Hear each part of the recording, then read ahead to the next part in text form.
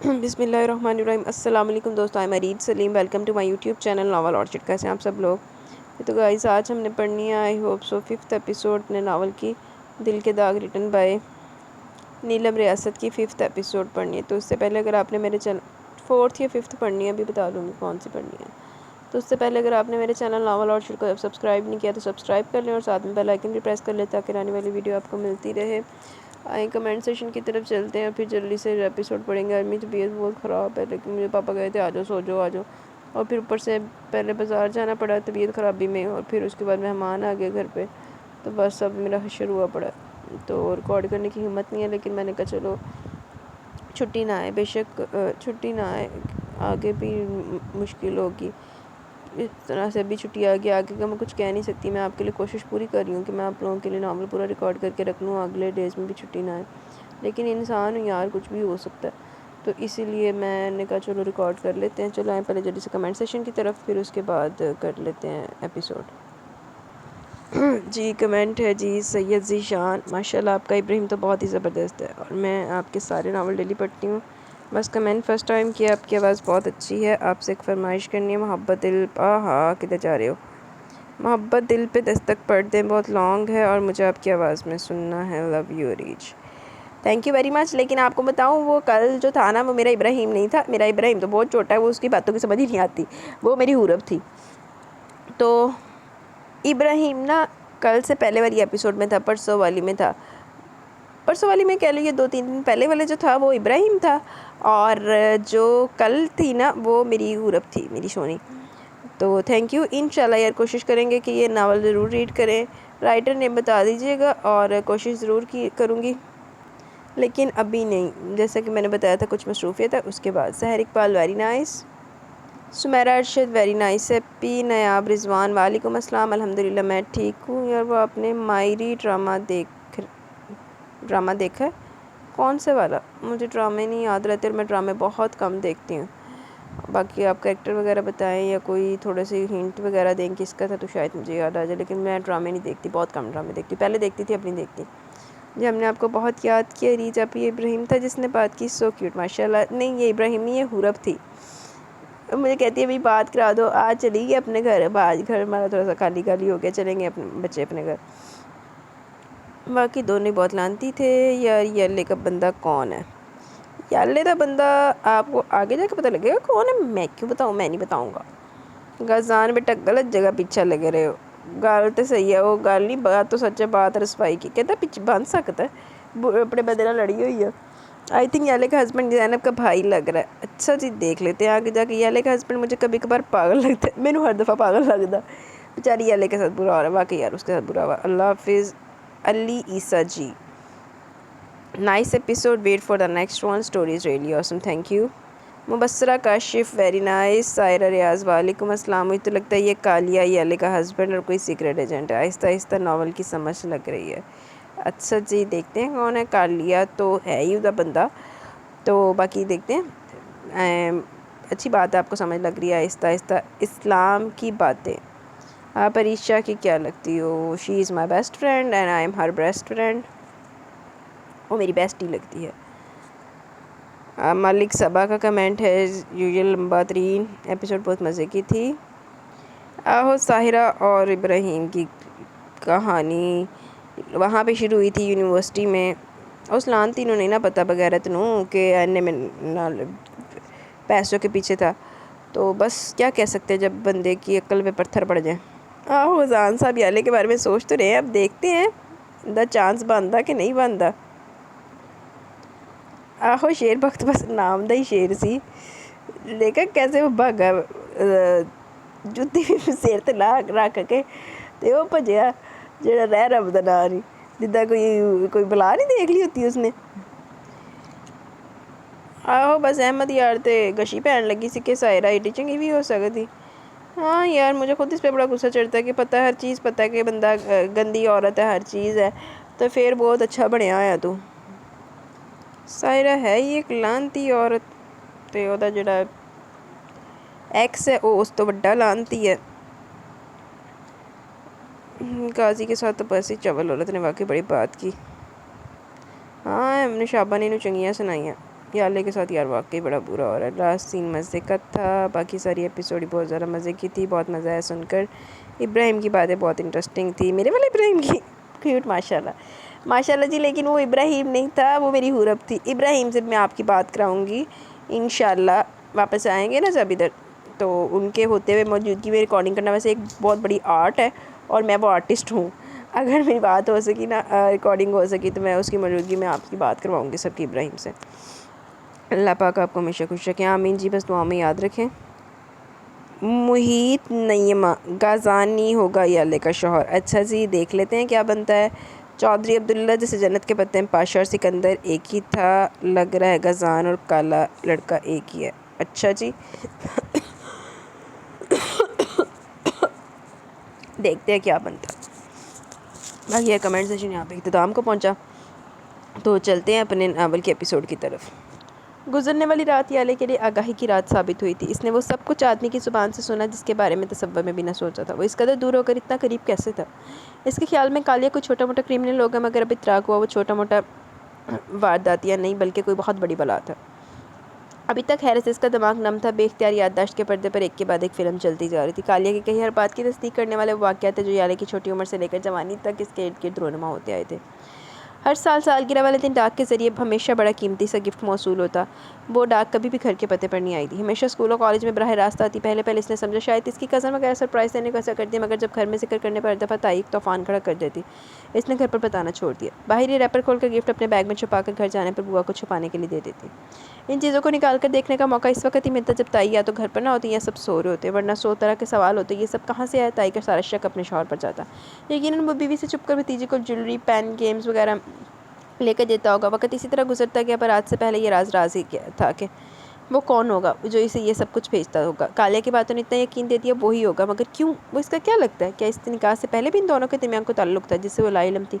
ہوتا نا کوئی فلموں میں بچپن کا منگیتر یا نکاح، مگر ایسا کیسے ہو سکتا ہے وہ اس کے بارے میں اتنا کچھ جانتا ہو پر سامنے نہ آئے ہو؟ کیوں؟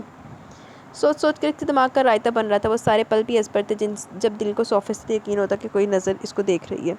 وہ اپنے چاروں اور نظر دوڑا کر بار بار کدھر گیا دیکھا کرتی، پر کوئی ایسا فرد نظر نہ آتا جو ٹکٹکی باندھے اس کو دیکھتا پایا جاتا ہو۔ پر یہ احساس چاہتا بھی نہ تھا۔ وقت کے ساتھ اس نے یہ بات تسلیم کی تھی، ضرور اس کے ساتھ کوئی سائیکولوجیکل مسئلہ ہے۔ یہ سب اس کے اپنے دماغ کی ایجاد ہے، ورنہ کون ایسا فارغ انسان ہوگا جو اس کو گفٹ بھیجے، دور سے دیکھے پر سامنے نہ آئے۔ آخری بار جب اس کو پارسل موصول ہوا، وہ سرکاری اسپتال کی عمارت سے نکل کر اپنی گاڑی کی جانب جا رہی تھی، جہاں ڈرائیور اس کے انتظار میں تھا۔ پارسل اسی انتظار میں اس کا آیا جسے کل شیر بخت کے ذریعے دیا گیا تھا۔ اس کو خود پر ندامت ہوئی، یہ بات میرے پہلے اپنے دماغ میں کیوں نہیں آئی؟ یہ سب میں بھی تو سوچ سکتی تھی، مگر اصل بات یہ تھی کہ اب آگے کیا ہونا تھا۔ کیا اس کو کالیہ کی کہی بات پر عمل کر کے چپ چاپ یہاں سے نئی زندگی شروع کرنی چاہیے، یا اس کو سنے بغیر واپس اپنے گھر چلے جانا چاہیے؟ اس کو کسی پرخلوص دوست کی ضرورت محسوس ہوئی تو بے اختیار دھیان زینب کی جانب چلا گیا۔ اس کی طرف وقت وہ برق رفتاری سے بیڈ سے نکل کھڑی ہوئی۔ آف کورس اس کو ساری نئی پیدا ہونے والی صورتحال زینی کو بتا کر اس کی مشاورت کے ساتھ اگلا مرحلہ سوچنا چاہیے۔ آخر وہی ایک پرخلوص ساتھی ہے جس نے بغیر کسی غرض و لالچ کے اس کی اتنی مدد کی، کوئی کسر نہیں رہنے دی۔ اتنا تو کچھ اس کا سگا بہن بھائی ہوتا تو وہ بھی شاید ہی کرتا۔ نماز پڑھ کر باہر نکلی تو ہر طرف دھند کا راز تھا۔ اس نے جھرجھری لے کر رخ کمرے میں موڑ لیا۔ ورشا کے دیے ہیٹر نے کمرے کو جنت بنایا ہوا تھا، مگر اس کا ارادہ دادی سے مل کر آنے کا تھا تاکہ زینب سے رابطے کا کوئی راستہ نکال سکتی۔ اس لیے ہیٹر بند کیا، بوٹوں کے ساتھ جیکٹ، مفلر وغیرہ پہن کر کمرے سے نکل آئی۔ ہاسٹل کی دنیا میں اتنی ٹھنڈ ہونے کے باوجود ہلچل مچی ہوئی تھی۔ باتھ رومز کے سامنے متاثرین کی لمبی لائن تھی۔ آج چونکہ وہ کل کے مقابلے میں پہلے اٹھ گئی تھی، اس لیے یہ سب ہوتا دیکھ رہی تھی۔ کل تو جب وہ اٹھی تھی سارا ہاسٹل خالی پڑا تھا۔ ہاسٹل کی عمارت 2 منزلہ تھی، نیچے کل 10 کمرے تھے، اس کے علاوہ ڈنر ہال، کچن اور وارڈن کا کمرہ اور آفس موجود تھے۔ جبکہ دوسری منزل پر کل 20 کمرے ایک لائن میں 10 کمرے آمنے سامنے موجود تھے۔ کمروں کا لمبائی اور چوڑائی اتنی زیادہ تھی کہ کمرے میں 3 سے 4 لڑکیاں آرام سے رہ رہی تھی، جس کی وجہ سے لڑکیوں کے آپس میں پنگے بھی ہوتے تھے۔ مگر صنم جان سے سب لڑکیاں پرنسپل سے بھی زیادہ ڈرتی تھیں، کیونکہ لڑنے والی لڑکی کو پورا ہفتہ کچن میں کام کرنے والے عملے کا کام میں ہاتھ بٹانا پڑتا۔ مجال ہے پھر جو صنم جان کے ہوتے ہوئے کوئی سزا سے بھاگ سکے۔ اس کی وجہ سے لڑکیوں نے اسے دوزخ کی دروگا کا نام دیا ہوا تھا۔ کڑیاں رہنی ہیں دنیا کو قابو ہوا، آپس میں ایک دوسرے کو دھمکی دے رہی ہوتی، آرام سے فلاں کام کر لو ورنہ دروگا جی کو بتا دوں گی۔ یالے کو جو کمرہ ملا وہ کمروں میں سے ایک تھا جو اگر کبھی خاتون ٹیچر آتی تو ان کے زیر استعمال ہوتا۔ اپنا اٹیچ باتھ، الماری وغیرہ سب موجود تھا۔ وہ لڑکیوں پر مسکراتی نظر ڈال کر ان کے سلام کا جواب دیتی جیکٹ کی جیبوں میں ہاتھ ڈال کر سیڑھیوں کی جانب بڑھ گئی جب ورشے روشانے اور ان کے گروپ کی آوازوں پر مڑی۔ کیا ہے بھائی، کیوں شور کر رہی ہو؟ ڈاکٹر آپ ہی نیچے، آپ کا مریض موجود ہوا ہے۔ میرا مریض؟ کیا مطلب ہوا؟ ورشے نے اس کو اپنی طرف آنے کا اشارہ کیا۔ آ کر اپنی گناہ گار آنکھوں سے دیکھ لی تھی، صبح تو کوئی اپنے معشوق کے لیے بھی بستر نہ چھوڑے، پر وہ کل بھی آپ کے اٹھنے سے پہلے آ کر بیٹھ گیا تھا۔ ورشے کی بچی، نہ جانے کیا کیا بول رہی ہو۔ آگے آ کر میں 1.5 سیکنڈ نکال کر گیٹ کی جانب دیکھا، چوکیدار کے ساتھ بیٹھ کر آگ سینکنے والی ہنستی پر نظر پڑی تو احساس ہوا وہ تو بالکل اس کے ذہن سے نکل چکا تھا۔ آ گیا اپنا شیرو، شیر بخت۔ ارے شیر بخت اتنی صبح کیوں آ گیا؟ وہ خود سے بولی تو لڑکی ہنسنے لگی۔ آپ بھی اس سے بچ کر ہے نا، ایویں پاگل سے۔ آپ سے پہلے سر نے اس کو میڈم زرتاشے کا باڈی گارڈ بنایا تھا، دوسرے ہفتے میڈم کو اتنا لمبا لو لیٹر موصول ہوا۔ میں نہیں مانتی ایسا ہوا ہوگا، ہو سکتا ہے کسی اور کی شرارت ہو، یہ تو بیچارہ اتنا بے ضرر ہے۔ اور میڈم زرتاشے کون ہے نہیں آپ بھی؟ وہ تھی ادھر ٹیچنگ کے لیے آئی تھی، پھر شادی کے بعد انہوں نے یہ جاب چھوڑ دی۔ چلو یہ تو اچھی بات ہے، زرتاشے تو غیر شادی شدہ تھی، اگر اس کو لو لیٹر لکھ بھی دیا تو کیا؟ مجھے نہیں لکھے گا، وہ جانتا ہے میں شادی شدہ ہوں۔ پر آپ شادی شدہ لگتی نہیں ہے۔ سب سے چھوٹے قد والی گلنار نے اپنا چشمہ اوپر کو کرتے رائے دی، پھر ساتھ ہی پوچھا آپ کے پاس اپنی شادی کی تصویریں تو ہوں گی، ہمیں دکھائیں نا کہ آپ کے ہسبینڈ بھی آپ کے جیسے کیوٹ ہیں۔ انجانے میں لڑکی نے بڑی غلط جگہ ہاتھ ڈال دیا، دل میں کئی انوکھے درد جاگے جن کی تکلیف سے وہ آج سے پہلے واقف نہیں تھی۔ اپنے دل و دماغ کو حال میں رکھنے کی سر توڑ کوشش کرتے ہوئے مسکرا کر رہ گئی۔ نہیں بھائی، اس کی کوئی تصویر میرے پاس نہیں ہے۔ آپ جی، آپ کو تصویر کی ضرورت بھی کہاں پیش آتی ہوگی؟ آپ کے تو وہ دل میں رہتے ہوں گے۔ وہ کیا شاعر کہتا ہے، دل میں بسا رکھی ہے تصویریں یار، جب بھی نکاح جھکی دیدار ہو گیا۔ ورشے کی بات پر یالے نے اس کو آنکھیں دکھائیں۔ تم لوگ تو بڑی تیز ہو، چلو اپنی تیاری کرو، میں ایک کام سے جا رہی ہوں، شام کو ملاقات ہوتی ہے، اللہ حافظ۔ محفل منٹوں میں برخاست ہوگی، لڑکیوں کا فوکس پھر سے باتھ رومز کی جانب ہو گیا۔ ایک ہنگامہ ہی برپا ہو گیا، یالے ان کو لڑتا دیکھ کر ہنستی بھی سیڑھیوں اتر آئی۔ گراؤنڈ سے گھر تک دھند نے ساری حدیں نگاہ بند کی ہوئی تھی، وہ اللہ کا نام لے کر نکل پڑی۔ آج کچن سے جانے کی بجائے گھر کے صدر دروازے سے اندر آئی۔ سارا گھر بند تھا، اس لیے پہلا قدم رکھتے ہی سردی میں خاطر خواہ کمی محسوس ہوئی۔ بوٹ میٹ کے اوپر اچھی طرح صاف کرنے کے بعد دادی کے کمرے کی طرف آئی۔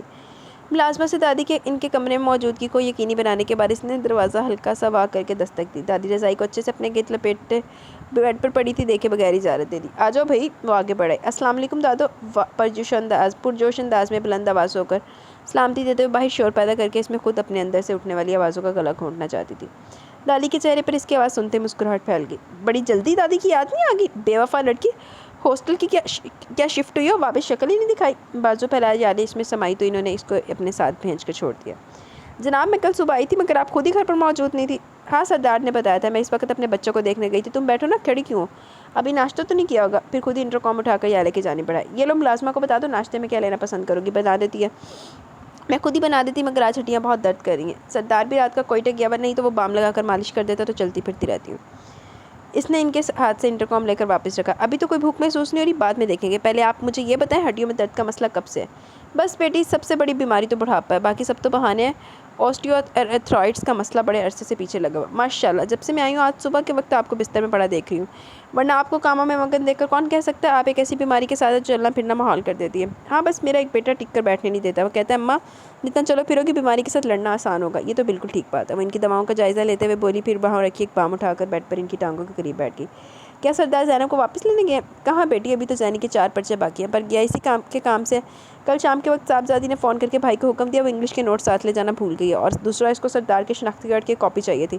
تھکا ہوا کالج سے اسی وقت تیار ہو کر نکل گیا کہ رات کو دھند پڑنی ہے، صبح بھی کوئی چیز نظر نہیں آئے گی، اس لیے پہلے ہی جانا اچھا بھی ثابت ہوا۔ اب آرام سے دوپہر تک دھند اترنے کے بعد واپس آ جائے گا۔ یہ بات بھی ٹھیک ہے۔ ایک بات تو بتائیں، ابھی آپ نے کہا کہ کل جب میں آئی تو آپ اپنے بچوں کو دیکھنے گئی ہوئی تھی، مجھے یہ بات سمجھ نہیں آئی کہ آپ کے سردار اور زینب کے علاوہ اور بھی کوئی بچے ہیں؟ دادی جو بڑے غور سے اس کا سوال سن رہی تھی ہنس پڑی۔ ہاں بھائی، یہ تو بڑے ہو گئے، آزاد بھی ہیں، اپنے کام دھندے اور پڑھائی کی وجہ سے کئی دن گھر سے دور بھی رہتے ہیں، تو ان کی غیر موجودگی میں اپنے آپ کو مصروف رکھنے کے لیے میں نے نئے بچے پالے ہوئے ہیں۔ ابھی جب دھوپ نکلتی تو تمہیں ان سے ملواتی ہوں۔ اب تو مجھے تجسس ہو گیا، اتنے دنوں سے تو ادھر کوئی بچے نظر نہیں آ رہے، کہ گاؤں میں رہتے ہیں؟ دادی نے ہنستے میں نفی میں سر لیا۔ ایسا کرو نا، ناشتہ منگواؤ، جو بھی کھانے کا موڈ ہے۔ درخانے کو بتا دو، بنا دے گی، میرے لیے اس کو بولو بس دودھ کے گلاس کے ساتھ گاجر کا مربع لے آئے۔ جب تک ہم ناشتہ کریں گے دھوپ بھی نکل آئے گی، پھر بچوں سے ملنے چلیں گے۔ خود تو اس کو بھی اتنی بھوک محسوس نہیں ہو رہی تھی مگر دادی کے لیے اٹھ گئی۔ میں بھی درخانے کو بتا کر آتی ہوں۔ وہ کمرے سے باہر آئی، لمبی سی راہداری سے ہوتے ہوئے گھر کے پچھلے حصے میں موجود باورچی خانے تک آئی۔ اتنی صبح ہونے کے باوجود گھر کی ساری صفائی کی جا چکی تھی۔ وہ باورچی خانے میں داخل ہوئی تو درخانے جو کہ ایک 40-50 سالہ کافی بھاری جسامت کی عورت تھی، چائے چھان کر تھرمس میں ڈال رہی تھی۔ وہ کمرے سے باہر آئی، لمبی سی راہداری سے ہوتے گھر کے پچھلے حصے میں موجود باورچی خانے تک آئی۔ یہ تو ہو گیا، ہم نیچے تھے۔ صبح بخیر آپا درخانے، اس کی آواز پر درخانے نے پلٹ کر ایک نظر اس پر ڈالی، خوشی سے جواب دیا۔ زیالے نے ایک کرسی پر ٹکتے ہوئے بولی، اس باورچی خانے کی قسمت بڑی اچھی ہے، جب بھی آؤ الگ چہرہ دیکھنے کو ملتا ہے۔ آج ناشتے میں کیا ملے گا؟ بی بی جو آپ کہو میں خاطر حاضر کر دوں گی. ابھی باہر ڈرائیور اور چوکیدار کو چائے بنا کر بھیج رہی ہوں. ایک دن میں 20 مرتبہ چائے مانگتے. کبھی آپ ان کا معائنہ کر کے دیکھ لینا, ان کے جسم میں خون کی جگہ چائے دوڑتا ہے. یالے کو اس کی بات پر ہنسی آئی. سردی سے بچنے کے لیے چائے پیتے ہیں, بیچاروں کی نوکری بھی تو ایسی ہے نا, سارا دن رات باہر سردی میں رہتے ہیں. کہاں بی بی, سردار خان نے ان کی زندگی اتنی آسان تو بنا دی ہوئی ہے. ایک کمرے میں 4-5 ٹیلی ویژن لگے ہیں, ان کے سامنے بیٹھ کر اسکرین کو گھورتے رہتے ہیں. ڈرائیور تو ہے ہی بڑا بدید. کل میں نے جانا تھا, رات ہو گیا, میں نے بولا گاڑی میں بٹھا کے تھوڑا آگے کرو, بولا گاڑی میں پیٹرول نہیں ہے, چل کر گھر جاؤ تاکہ وزن بھی کم ہو. سردار خان ادھر ہوتا نا تو میں چپ چاپ میری بات مانتا, بس سردار سے یہ سب ڈرتا ہے. یہ تو بڑی بری بات ہے, اس کو ایسا نہیں کرنا چاہیے تھا. تم سردار کو شکایت لگانا. درخانے نے پرجوش سر ہلایا. چائے باہر بھجوانے کے بعد پوچھا, بی بی اب بتائے پراٹھا بنا دوں یا سادہ روٹی, یا کچھ اور لوگی؟ کیا گھر میں انڈے, ادرک, ٹماٹر اور ہری مرچ ہے؟ ہاں نا بی بی, سب موجود ہے. پھر ایسا کرو 4-5 ہری مرچ اور باقی سب ڈال کر ایک آملیٹ بنا دو, ساتھ میں پراٹھا, اور دادوں کے لیے دودھ کے ساتھ. بی بی وہ ہر روز ناشتے میں دودھ کے ساتھ مربع ہی لیتی ہیں. بس مجھے 10 منٹ دیں, ناشتہ کمرے میں پہنچ جائے گا. شکریہ درخانے. بی بی یو آر ویلکم. یالے جو باہر نکل رہی تھی حیرت سے مڑی. ارے واہ درخانے, تمہیں تو انگریزی آتی ہے. درخانے نے شرماتے ہوئے بولی. بی بی زینی بی بی مجھے انگریزی کے چند لفظ سکھائے ہیں, جیسے جب کوئی شکریہ بولے تو کہنا یو آر ویلکم, جب کوئی کہے کھانا بہت اچھا بنا تب کہنا تھینک یو, اور جب کوئی بولے درخانے تم بہت خوبصورت ہو تب اس کو کہنا یو شٹ اپ. جب کوئی یہ کہے درخانے آئی لو یو, اس کو کہنا ہے گو ٹو ہیل. یالے ہنستی چلی گئی. یہ زینی بھی نا کھالتے واقعی سے, یہ زینی سے کام دیکھ لو. زینی تمہارا آج پیپر کیسا ہوا؟ زینی نے بڑی بری طرح سے سوال پوچھنے والی کو گھورا. تم اگر بھول رہی ہو تو کیا میں یاد کروا دوں؟ جب کوئی میرے سے یہ سوال کرتا ہے تو میرا جی چاہتا ہے اس کو اگلے کو وٹا ہی مار دوں. جب بھی پیپر دے لوں تو مجھے گزری شب کی سختیاں یاد کروا کر دکھی نہ کیا کرو. کیا رزلٹ آنے تک کا انتظار نہیں کر سکتی ہو؟ اس کی دوست نے اپنے سیدھے ہاتھ کی کلائی ماتھے پر ماری. اف میرے خدا, میں کیسے بھول گئی. آئے ہوئے بھیڑ والے چھتے چھات مار دیتا بیچاری نے. بس آئندہ مت بھولنا. 3 دوستوں کا گروپ ابھی کے ابھی ہی پیپر دے کے نکلا تھا, جس میں ایک زینب, دوسری ختیجہ اور تیسری حاجرہ تھی. تینوں نے کالے بائے پہنے ہوئے تھے, ہاتھ میں سردی سے بچنے کے لیے میچنگ دستانے چڑھا رکھے تھے, جبکہ تینوں کے اسکارف مختلف رنگوں کے تھے. زینب کے نیلے اسکارف کے اندر سرخ و سفید رنگت دہک رہی تھی. تینوں میں سے سب سے زیادہ بولنے والی کوئی بیماری صرف حاجرہ اور زینب کو ہی تھی. ختیجہ زبان سے زیادہ کان اور آنکھوں کا استعمال کرتی تھی. اس وقت بھی اس کی آنکھوں نے جس چہرے کو اتنے رش میں بھی دیکھ لیا, دوسری دونوں اس سے ابھی تک لا علم ہی تھی. متوقع صورتحال کا تصور کر کے اس کے لب مسکرا اٹھے. اس نے شرارت سے زینب کے کاندھے پر ہلکا سا ہاتھ مار کر اس کی توجہ حاصل کرنا چاہی. جب زینب نے مڑ کر سوالیہ نظروں سے ختیجہ کی جانب دیکھا تو اس نے یونیورسٹی کے احاطے میں موجود سفیدوں کی قطار میں جانب اشارہ کیا. زینب نے اس کی بتائی جگہ سمت میں دیکھا. سامنے کھڑے انسان کو دیکھ کر پہلے تو وہ جی بھر کر حیران ہوئی, اندر ہی اندر اٹھنے والی خوشی سے پریشان بھی ہوئی. ماں صدقے جائے, کچھ تو گڑبڑا دیا. پھر جذبے معمول جو اس کو دیکھ کر اس کا ہمیشہ سے رد عمل ہوتا تھا, اسی لاپرواہی کے موڈ میں واپس آ کر اس کی جانب بڑھ گئی. سفیدوں کے نیچے لگے کنکریٹ کے بینچوں میں سے ایک بینچ پر دن کے اس وقت صرف ایک ہی آدمی موجود تھا. انتہائی دبلا پتلا جسم, 7 فٹ کے پہنچتا قد, جس کی وجہ سے جب وہ بیٹھتا تو زو کے گھٹنے بڑے واضح نظر آتے, جو اس وقت بھی نمایاں دکھائی دے رہے تھے. بال انتہا کی سلکی جو کہ آنکھوں کے اوپر ہی گرے رہتے, سیدھے برش کر کے آگے کو پھینکے ہوتے.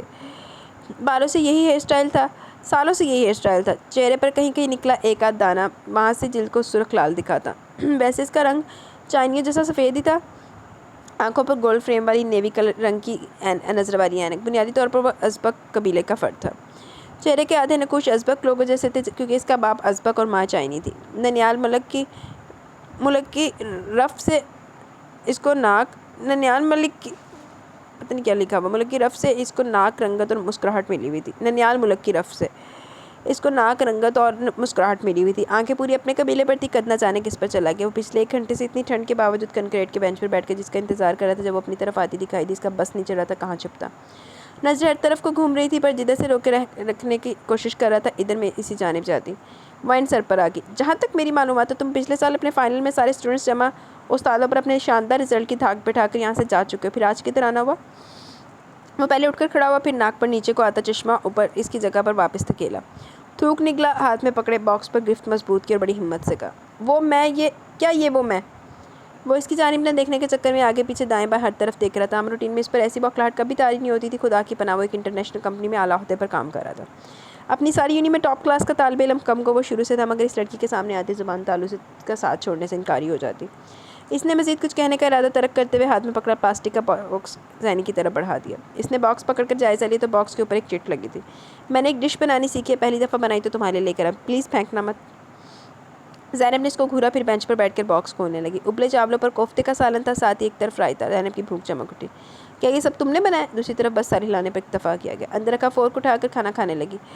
1 2 پھر 3 4 5 نوالے بغیر بریک کے اندر گئے. ابھی سانس لینے کو رکی تھی جب کولا کی بوتل سامنے کی گئی. اس نے تھام کر منہ سے لگا لی. بہت ہی بھوکی ہے ویسے زینب. ویسے آج ہم نے بھی کوفتے بنائے تھے لیکن زینب ماں صدقے جائے بہت شدید بھوکی ہے. ذرا ندیدی نہیں ہوتی. یہ جو میں اتنے مرے سے کھا رہی ہوں ذرا خوش مت ہونا. کھانا کوئی خاص نہیں ہے, بس مجھے بھوک بہت لگی ہوئی ہے. ایبک کے ہونٹ ایک طرف سے ذرا سا پھیل کر سیدھے ہو کے بولا اب بھی کچھ نہیں. بینچ کیا اینڈ پر وہ بیٹھی کھانے پر ٹوٹی ہوئی تھی. جس بینچ کے کنارے پر وہ ٹوٹی ہوئی تھی کھانے پر, اسی بینچ کے دوسرے کنارے پر وہ سمٹ کر بیٹھا سامنے آتے جاتے لوگوں کو دیکھ رہا تھا. میرے آفس کے ٹیکی پارٹ ڈپارٹمنٹ میں اس سال انٹرنشپ پر 4 لوگ لیے جا رہے ہیں. میں نے زینب نام کی درخواست دی تھی. باس کی ای میل آج کل میں آ جانی ہے. کیا کیا کیا کہہ رہے ہو؟ ذرا پھر سے بولو. زینب کو تو اچھو لگتا رہ گیا. میرے نام کی درخواست دی تھی میرے سے پوچھے بغیر ہی؟ میں کیوں کروں گی تمہارے والے آفس میں کام؟ اور کیا ادارے ختم ہو گئی؟ یہ کیا حرکت ہے؟ جاب کرنا ضروری نہیں, انکار کرنے کی پوری گنجائش ہے, زبردستی نہیں ہے. اس کی جانب دیکھنے سے پوری طرح اجتناب برتتے ہوئے اپنی بات مکمل کر رہا تھا. جو سوال میں کری پہلے اس کا جواب دو. مگر جواب بالکل اور ایک سمت ہے. میں نے ایک گھر خریدا ہے تو میں کیا کروں؟ میں سوچ رہا ہوں ایک کمرے میں جم ہونا چاہیے. ہاں کیوں نہیں, اتنے بڑے باڈی بلڈر ہو, بناؤ جم اور کچھ دن میرے ایسے کسی ڈمبل کے نیچے آ کر شہید ہو جانا. میرے طوطے کو کل سے بخار آیا ہے. ڈاکٹر کو دکھاؤ. مجھے کیوں بتا رہے ہو؟ وہ کہتے ہیں زینی سے ملنا. اس کی اتنی جرت گردن مروڑ دوں گی. وہ اس کی انکہی ہر بات سمجھتی تھی. وہ اس کی ہر بات سن کر بھی ایسے بن جاتا جیسے سنا ہی نہیں. میرے برادری والے مجھے قبول کرنے کو تیار ہے کیونکہ میرے باپ کی مسلمان بیوی سے کوئی اولاد نہیں ہوئی. بڑھاپے میں اب وہ غیر مسلم عورت سے جنم لینے والے بیٹے کو بیٹا ماننے کو تیار ہے. مجھے پچھلے 1 ماہ میں 3 خط ملے ہیں. میں اس بات سے لا علم ہوں. ان کو میرا پتہ کس نے دیا مگر وہ چاہتے ہیں اب میں ان لوگوں کے ساتھ رہوں.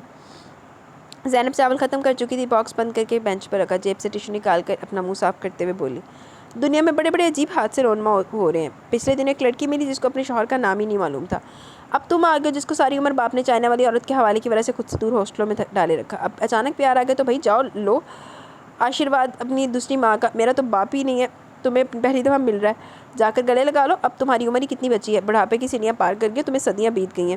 4 دن خدمت کروانا تمہارا حق بنتا ہے. اور سچی بات ہے جتنے مرضی تم مسٹر جینیس ہو جاؤ, کسی لڑکی کے بھی ماں باپ تمہیں اس طرح اپنی لڑکی کا ہاتھ نہیں دیں گے. باپ کی پشت پناہی چاہیے ہوتی ہے, خاص کر ہمارے معاشرے میں. ماں صدقے جائے دیکھتے صحیح ਉਹਨੂੰ ਹਾਲੇ 1 ਸਾਲ ਸੀਨੀਅਰ, ਉਹਨੂੰ ਬੁਢਾਪੇ ਦੇ ਵਿੱਚ ਵੀ ਉਹਨੇ ਚੱਕਰ ਲਵਾ ਦਿੱਤਾ ਜ਼ੈਨੀ ਨੇ. زینب ਦਾ ਕੁਛ نہیں ہو سکتا بھائی, مگر میں شادی چین میں ہی کروں گا. ضرور کرنا, تمہاری شادی تمہاری مرضی, کسی کا بھی باپ نہیں روکے گا. وہ اٹھ کر کھڑا ہو گیا. زینی کی نظر سیدھی نیلی جینس کے گھسے پانچوں پر پڑی. نیلی شرٹ کے اوپر میرون اونی جمپر تھا. میں لنچ بریک پر ہوں. انٹرنشپ سے انسان کو اچھا تجربہ مل جاتا ہے, کر لینی چاہیے. بینچ پر رکھا باکس اٹھا کر اپنے بیگ میں رکھا اور بیگ میں سے ایک کتاب نکال کر بینچ پر رکھی. زینب نے کتاب کا سرورق رکھ پڑا. How to prepare for any interview, کسی گورے رائٹر کی تھی. تمہیں میں اتنی لائق لگتی ہوں. یہ تو بس ایز اے فارمیلٹی ہے. مجھے اس کتاب سے مدد ملی تھی اس لیے لیا. ابھی چلتا ہوں, فی امان اللہ. ماتھے پر سے بال جھٹک کر ایک نظر زینب پر ڈالی, وہاں سے فرار ہو گیا. زینب اٹھ کر کینٹین کی جانب آگے. حاجرہ اس کے قریب آنے پر شروع ہوگی. ہر دفعہ وہ غریب تمہارے لیے کچھ نہ کچھ لے کر ہی آتا. بندہ جواب میں اور کچھ نہیں تو 1 گلاس پانی پوچھ لیتا ہے. اس کے ہاتھ ٹوٹے تو نہیں ہیں. بیگ میں جہاں اتنا علم لے کر پھرتا ہے وہاں پانی بھی ہوتا ہوگا. وہ دونوں بیگ کلاب کے نام پر معتجب ہوئی. بھائی شاعر کی کتاب دیتا تو سمجھ بھی آتا, یہ کیا اٹھا کر لیا ہے؟ زاجرہ کی بات پر خدیجہ نے کہا اگر شاعری کی کتاب لاتا تو یہاں سے زندہ واپس نہ جا پاتا. زینی نے کتاب بیگ میں ٹھونستے ہوئے دونوں کی معلومات میں اضافہ کیا. موصوف نے میرے لیے اپنے آفس میں انٹرنشپ کی درخواست دی ہوئی ہے. اوہ بیچارہ, یہ تو پکا مرے گا. حاجرہ نے افسوس میں گردن کو پنڈولم کی طرح کننا جان دی. حاجرہ انہوں خدیجہ نے بھی پورا اتفاق کرتے ہوئے کہا بس جی, اللہ مرد آہن کے حال پر اپنی رحمت کرے. بڑی بری جگہ گرے. بڑے بہادر لوگ تاریخ کی گہرائیوں میں بیٹھے ہیں, پر یہ شخص جس زہر کا پیالہ پی کر شہیدوں میں نام لکھوانے والا, یہ کام کوئی چینی ماری کر سکتا ہے. زینب نے خدیجہ کے کندھے پر ایک دھوپ رسید کی. بس ہو جا شروع پھپا کٹنیوں. اب اٹھنے کا کوئی پروگرام بھی ہے؟ کل پرچے پر اسی مرد آہن کے قصیدے لکھ کر آنا. تینوں اٹھ کر ہاسٹل کی جانب بڑھ گئی تھی. ابھی ہاسٹل کا گیٹ پار ہی کیا تھا جب چوکیدار نے پیغام دیا تمہارا بھائی ملنے کو آیا ہوا ہے. ایک دو پھر وہ دوستوں کو وہیں چھوڑ کر ملاقات والے کمرے کی جانب بڑھی. غازان کمرے میں دروازے کے باہر ہی کھڑا تھا. زینب کو دیکھ کر اس کی جانب آیا. قریب پہنچنے پر زینب نے حیرت سے پوچھا تم یہاں کیا کرو؟ میں تو سمجھی اب تک واپس جا چکے ہوگے. دھندی بڑی لیٹ ہوتی ہے, پھر سوچا واپس تو چلے جانا, کیوں نہ آج لنچ اکٹھے کیا جائے. ہاں مگر میں تو لنچ کر چکی ہوں. البتہ کافی آئس کریم کے بارے میں میری جانب سے ہاں ہے. غازان نے ایک نظر اپنی گھڑی کی جانب ڈالی. بڑی بات ہے, لنچ پورے 12 ہی کر لیا. ہاں ایبک میرے لیے کوفتے لایا تھا, وہی کھا کر آ رہی ہوں. غازان کے قدم باہر کی سمت اٹھتے تھمے. ایبک تمہارا سینئر؟ ہاں نا, مگر وہ تو یونی سے فارغ ہو چکا, پھر کیوں ہے؟ وہی تو بتایا, میرے لیے کوفتے لے کر آیا تھا. بڑی بات ہے, بس اپنا ٹیک کا ہی ایسا لوگ بڑی عزت کرتے ہیں. ان دیکھتے صحیح. ہاں جی ملکہ عالیہ. دونوں گاڑی تک پہنچ چکے تھے. پتہ پرانو اپنی بھین دی فطرت تھا. پر زیادہ حیرت انگیز بات یہ کہ اس نے میرے لیے اپنے آفس میں انٹرنشپ نکالی ہے۔ ساری بات کے جواب میں بولا، اس بات پر میں صرف اتنا ہی کہہ سکتا ہوں، بیچارہ غریب کا مال، اگر تمہیں وہاں جاب ملی تو تم تو اس کا جینا حرام کر دو گی، کیونکہ آخر کیوں بھری جوانی میں وہ جوان خودکشی کرنے پر تلا ہے؟ بھائی ویسے تمہیں شرم تو نہیں آ رہی ہے اپنی بہن کے سامنے کسی غیر آدمی کی طرفداری کرتے ہوئے؟ کر رہے ہو؟ گاڑی پارکنگ سے نکال کر روڈ پر ڈالی۔ بھائی میں تو سچی بات کرنے کا عادی ہوں۔ اچھا یہ بات ہے تو بتاؤ، اس دفعہ جب اسلام آباد گئے تو اپنی منگیتر کے ساتھ سیدھے منہ بات کیوں نہیں کی؟ گاڑی میں تھوڑی دیر خاموشی چھائی، اشاروں پر گاڑی رکی تو سردار نے نظر موڑ کر بہن کو دیکھا۔ میں اس موضوع پر بات نہیں کرنا چاہتا۔ کیوں؟ میری مرضی۔ تمہاری مرضی کی ایسی کی تیسی، بتانا تو پڑے گا مجھے، نہ بتاؤ دادی کے سامنے تو اگلو گی۔ مجھے یقین ہے اماں مجھے کبھی بھی کٹہرے میں نہیں کھڑا کریں گی، کیونکہ وہ مجھے بھی جانتی ہے اور اپنی اس نواسی کو بھی۔ تم یہ کہنا چاہتے ہو تمہاری بدتمیزی کے پیچھے سدرا آپی کا اپنا ہی قصور ہے؟ میں نہیں، تم کہہ رہی ہو۔ ویسے تمہیں کس نے ساری معلومات دی ہیں؟ ہیلو، وہ میری بھی پھپھی زاد ہے، فون آیا تھا۔ دیکھا اتنی تو اس کو عقل ہے، جھگڑا میرے ساتھ تو فون میری بہن کو کرتی ہے۔ ایسی لڑکی سے شادی کرتے ہوئے بھی ڈر ہی لگتا ہے۔ ابھی آئی ہے نہیں اور ہم دونوں کی لڑائیاں کرواتی ہے، جب یہاں آ گئی تو تب پتہ نہیں کیا کرے گی۔ نہیں خیر لڑائیاں تو نہیں کرواتی، سچ ہی بتاتی جس کا سامنا کر کے تم آپے سے باہر ہو جاتے ہو۔ زینی جو بھی ہے تم اس معاملے سے دور ہی رہنا، کیونکہ تمہیں حقیقت کا علم نہیں ہے، اور مجھے ایسے لوگ سخت برے لگتے ہیں جو پرائے مسئلے میں ناک ڈالیں۔ اگر وہ تم سے رابطہ کرتی ہے اپنی دوستی اور کزن ہونے کے ناطے بات کرو، گپ لگاؤ، میری ذات پر یا میرے متعلق بات نہیں کرنی۔ سن رہی ہو؟ ہاں سن رہی ہوں، بس دادی کو یہ کہنا ہے اب اپنے بیٹے کے ہاتھ پیلے کر ہی دیں۔ ہاتھ پیلے لڑکیوں کے کیے جاتے ہیں، لڑکوں کے نہیں، اور ایمی کو شوشہ چھوڑنے کی ضرورت نہیں، ابھی شادی کا وقت نہیں ہے۔ ابھی وقت نہیں ہے تو پھر کب آنا ہے؟ پہلے تمہاری شادی کروں گا، اس کے بعد دیکھی جائے گی۔ بڑے ہوشیار ہو، یعنی مجھے راستے سے ہٹا کر میدان مارنا چاہتے ہو؟ نہ بچوں، ایسا میری زندگی میں نہ ہو سکے گا۔ پہلے تمہاری شادی ہوگی، کوئی 4 سال تمہاری بیوی کے ساتھ دن رات لڑائی جھگڑے کر کر کے تمہاری ناک میں دم کروں گی۔ تمہاری بیٹی کو پوری ٹریننگ دے کر جاؤں گی کیسے ماں باپ کو زچ کرنا ہے۔ اس کے بعد کوئی کسی ایسے شخص سے شادی کرنی جو گھر دماد بن کرے۔ اوئے ہوئے، ارادے چیک کرو تو کڈے خطرناک تے ظالم ارادے ہیں۔ موڑ کاٹتے ہوئے اس نے خوفناک نظروں سے بہن کو دیکھا تو باندھا۔ سردار تیرا باندھا، تم میری بہن ہو یا کوئی بلا؟ جو بھی سمجھو۔ ویسے اچھا کیا تم نے جو مجھے اپنے پلان بتا دیے۔ میری بیگم تمہارے ظلم و ستم سے بچ گئی، اب تو اس کو تبھی لاؤں گا جب تمہارا انتظام کر لوں گا، نہیں تو خود ہی اپنے بہنوئی کی طرح کہیں گھر جماری بن جاؤں گا۔ آؤ گاؤں والوں دیکھو اپنے سردار کی حالت، لڑکی کہیں کا۔ گاڑی ایک ریسٹورنٹ کے سامنے رک گئی، سردار ہنستے ہوئے اپنی طرف کا دروازہ کھول کر باہر نکل گیا۔ دونوں اندر جا کر پرسکون ماحول میں ایک میز پر آمنے سامنے بیٹھے تو زینب کو خیال ہے، بھائی ایک بات پوچھنی تھی، بیرے کو اشارہ کرتے ہوئے گویا اپنا جو شہر والا گھر ہے اس کو کیا؟ کچھ نہیں، بس یہ کہنا چاہ رہی تھی کہ جو اپنا گھر ہے جتنے نعمان بھائی لوگ رہتے ہیں۔ ہاں بھائی اس گھر کو کیا ہوا کچھ نہیں، بس یہ جاننا تھا کہ نعمان بھائی یا کسی دوسرے لڑکے نے کسی آدمی کا ذکر کیا ہوا ہے؟ کیا ہو، میرا مطلب ہے کوئی وہاں یالے کا پوچھنے آیا ہو۔ اب کے سردار کی پوری توجہ بہن کی جانب ہوئی، مگر ویٹر کے آنے پر وقفہ آ گیا۔ دونوں نے اپنے لیے برگر منگوائے جو اس کی جگہ کی مشہور سوغات تھے، قیمے والے ڈبل برگر۔ اوئے ہوئے، پھر توجہ بہن پر واپس آئی، آنکھیں سکیڑ کر حیرت سے بولا، اے دیکھ لو، اے کرو کھا کے آئی ہے پچھوں، اوندا کوفتے بھی نہیں چھڈے، ہن پھر قیمے والا ڈبل برگر کھا رہی۔ زینی تے واقعی ندیدی ہے، ٹیڈا کے کھو۔ یالے کا ہمارے گھر سے کیا تعلق؟ کوئی آدمی وہاں اس کے بارے میں پوچھنے کیوں آئے گا؟ زینب پہلے گڑبڑائی، فوری طور پر سنبھل کر بولی، دراصل جس محلے میں یالے کا گھر تھا وہاں اس کی ہمسائی کو ہم لوگوں نے اس گھر کا پتہ دیا تھا تاکہ جب اس کا شوہر واپس آئے تو وہ یالے تک پہنچ سکے۔ کل دادی سے بات ہوئی تھی، انہوں نے بتایا کہ وہ تمہیں اور نعمان بھائی کو یالے کے بارے میں سچ بتا چکی ہے، تو میں نے سوچا یہ بھی پوچھ لوں۔ سردار نے بڑی گہری نظروں سے بہن کو پڑھا، پھر بڑی سنجیدگی سے بولا، مس گل تمہیں بس اسٹیشن پر ملی تو اس کے محلے والی کو ایڈریس کب بتایا؟ زینب کو لگا بس اب تو پکڑی گئی۔ ہم واپس اس کے گھر پر گئے تھے، ہم وہاں معلومات دے کر آنے کے بعد گاؤں گئے۔ وہ میز پر آ کے ہو کر یوں بیٹھا کہ دونوں کوہنیاں میز پر ٹکی تھی۔ پہلے تم نے کہا وہ تمہاری دوست ہے، اپنا ٹرانسفر کروا کر یہاں آئی ہے، مان لیا۔ پھر کہانی میں ایک اور موڑ ہے، اماں نے کہا وہ بے یار و مددگار لڑکی ہے، زینب نے مدد کر دی یہ وہ۔ اب تم نے ایک نیا ٹوسٹ دیا ہے، مجھے تو یہ فکر ہے کل کو کوئی نئی کہانی نہ جنم لے جا، خاصی مشکوک بیان بازی ہے۔ ارے نہیں بھائی ایسی کوئی بات نہیں، ہونی تو نہیں چاہیے، پر زینی یہ بھی ہو سکتا ہے وہ لڑکی کسی لڑکے کے چکر میں آ کر گھر سے بھاگی ہوئی ہو، لڑکا چکما دے کر فرار ہو گیا اور اب یہ سہارے ڈھونڈتی پھری ہو۔ میں نہیں چاہتا کل کو کوئی پولیس لے کر میرے گھر دروازے پر آ کر شور کرے کہ اس کی بہن میرے گھر میں چھپی ہوئی ہے۔ بھائی اس کا کوئی بہن بھائی نہیں ہے، وہ اکیلی ہے۔ ماں باپ کدھر ہیں؟ ماں باپ زندہ نہیں ہے۔ تم کیسے کہہ سکتی ہو؟ بس مجھے پتہ ہے نا۔ اچھا کہ تم نے ان کے کفن دفن کا انتظام کروایا تھا، یہ قبر میں تو آنے کی ذمہ داری انجام دی تھی۔ بھائی انسان کی زبان بھی کوئی چیز ہوتی ہے، اور اتنی بے وقوف تو میں ہوں نہیں کہ اگر کوئی میرے سامنے مسلسل ہاتھ باندھ کے جھوٹ پہ جھوٹ بولے جائے اور مجھے علم نہ ہو سکے۔ یالے نے جو کچھ بھی مجھے بتایا وہ سب حرف حرف سچ تھا، اس نے میرے ساتھ کوئی جھوٹ نہیں بولا، اس لیے میں اس کی مدد کرنے کو تیار ہوئی تھی۔ برگر آ گیا، اس موضوع پر ہم پھر کسی فارغ وقت میں بات کریں گے، پر اگر مس کل کی وجہ سے مجھے کہیں جھوٹا ہونا پڑا تو خیر نہیں ہوگی۔ ہاں بالکل کر لینا جو کرنا ہوا، ابھی تو انجوائے کرنے دو۔ ناشتہ کرنے کے بعد وہ فوراً سے کلینک کے لیے نہیں نکلی، آج وہ تھوڑی وقت دادی کے ساتھ گزارنے کے موڈ میں تھی، اس لیے انہیں کے پاس بیٹھ کر گاؤں کے بارے میں معلومات لیتی رہی۔ جب 2 گھنٹے بعد ملازمہ نے باہر دھوپ نکل آنے کی خوشخبری سنائی